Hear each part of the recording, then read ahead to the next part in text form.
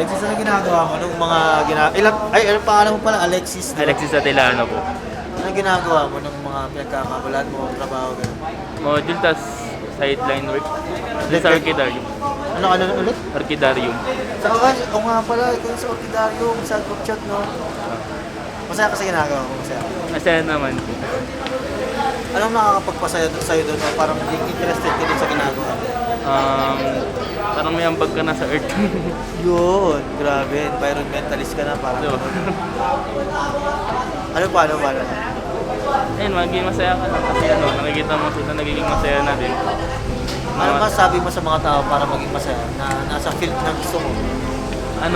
Enjoy nyo lang yung life nyo tapos huwag kayong magpadikta sa nasa paligid nyo. Yun lang. Nice. Thank you.